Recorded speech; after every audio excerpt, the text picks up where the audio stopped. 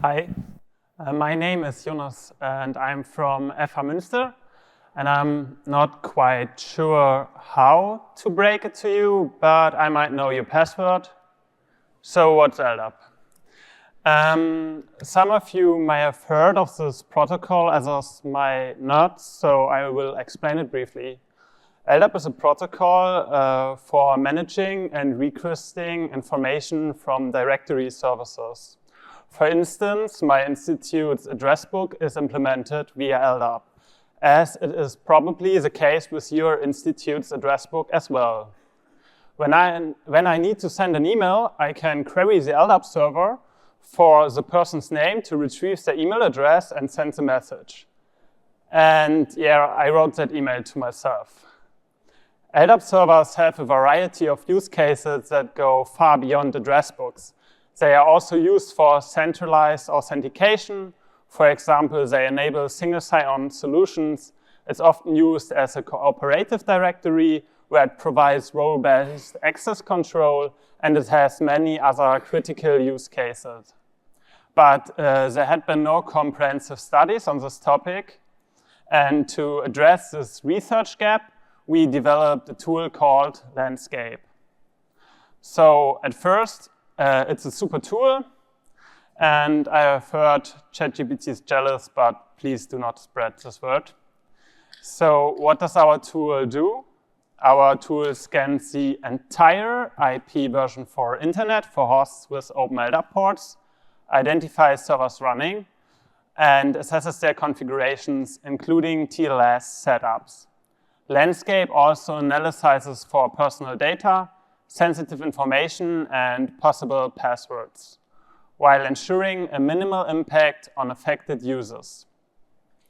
In this presentation, I will guide you through the LanDscAPe pipeline and present our findings. We will start by discussing our confirmation and sampling module. Next, we will delve into our sampling module. Then I will emphasize the ethical measures we implemented to protect our users. Following that, we will review the results of our data analysis, and finally, we will discuss the outcomes of the network analysis. Using our scanning module, we conducted a ZMAP scan of the entire IPv4 space. We identified about 3.7 million hosts responding on port 389 for plain LDAP, and a similar number on port 636 LDAP over TLS. Of these, nearly 82,000 distinct AP addresses responded positively to our LDAP bind requests. In summary, our scan revealed a widespread LDAP use, forming the basis for our subsequent analysis.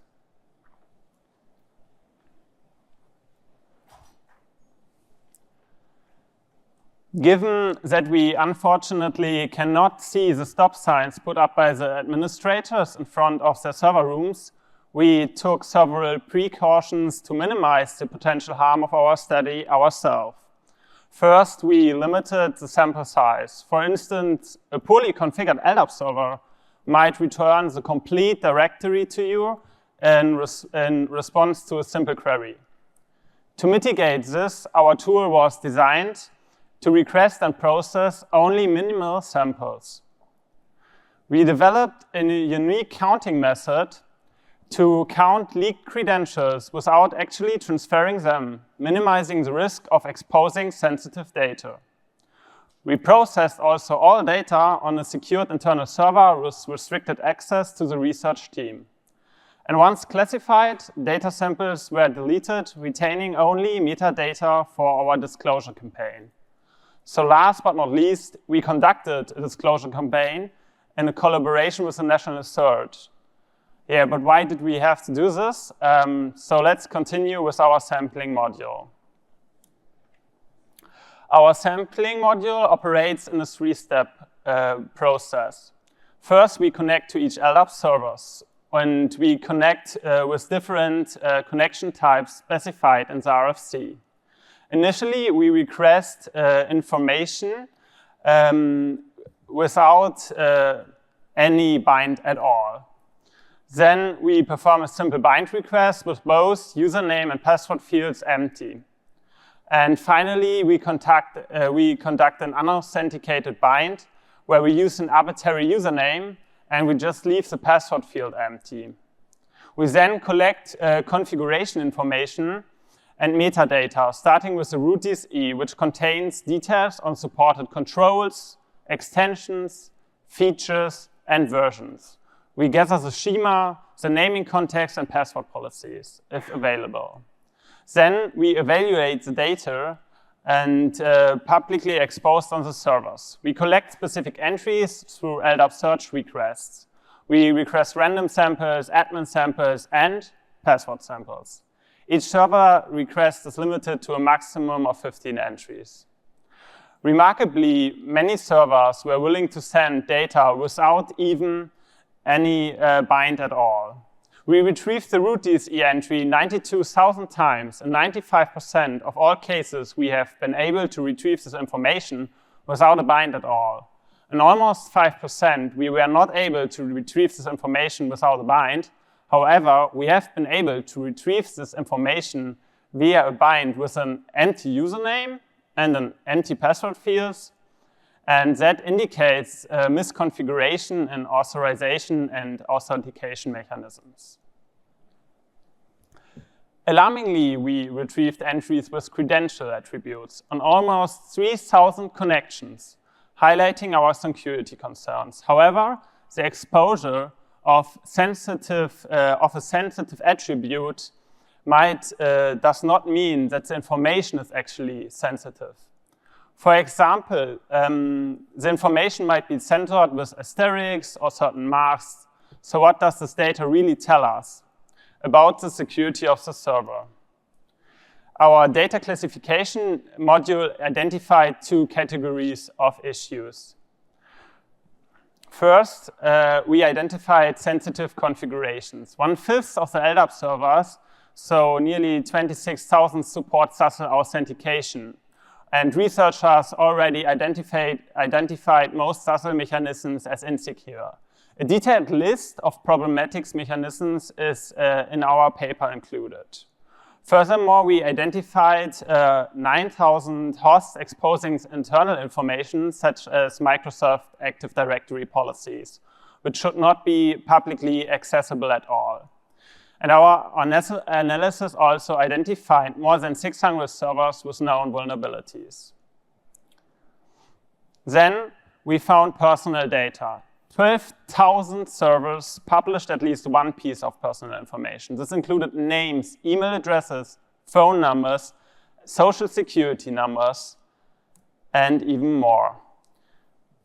We come now to the oldest but probably biggest problem in IT security. The one that has always failed and always fails again, password security. Hackers do not hack in. They log in, and nothing could be truer for LDAP directory. More than 1,800 servers were exposing credentials as of January 2024. The verification of these credential leaks was challenging. However, our mixed manual and automatic analysis of samples showed that almost 32% of servers leaked plausible credentials. In many cases, this included plain text credentials. Our findings indicate that over 3.9 million credentials were publicly accessible as of January 2024. I want to highlight again that we developed a unique approach to count these leaks without transferring or downloading any of the sensitive information for ethical reasons.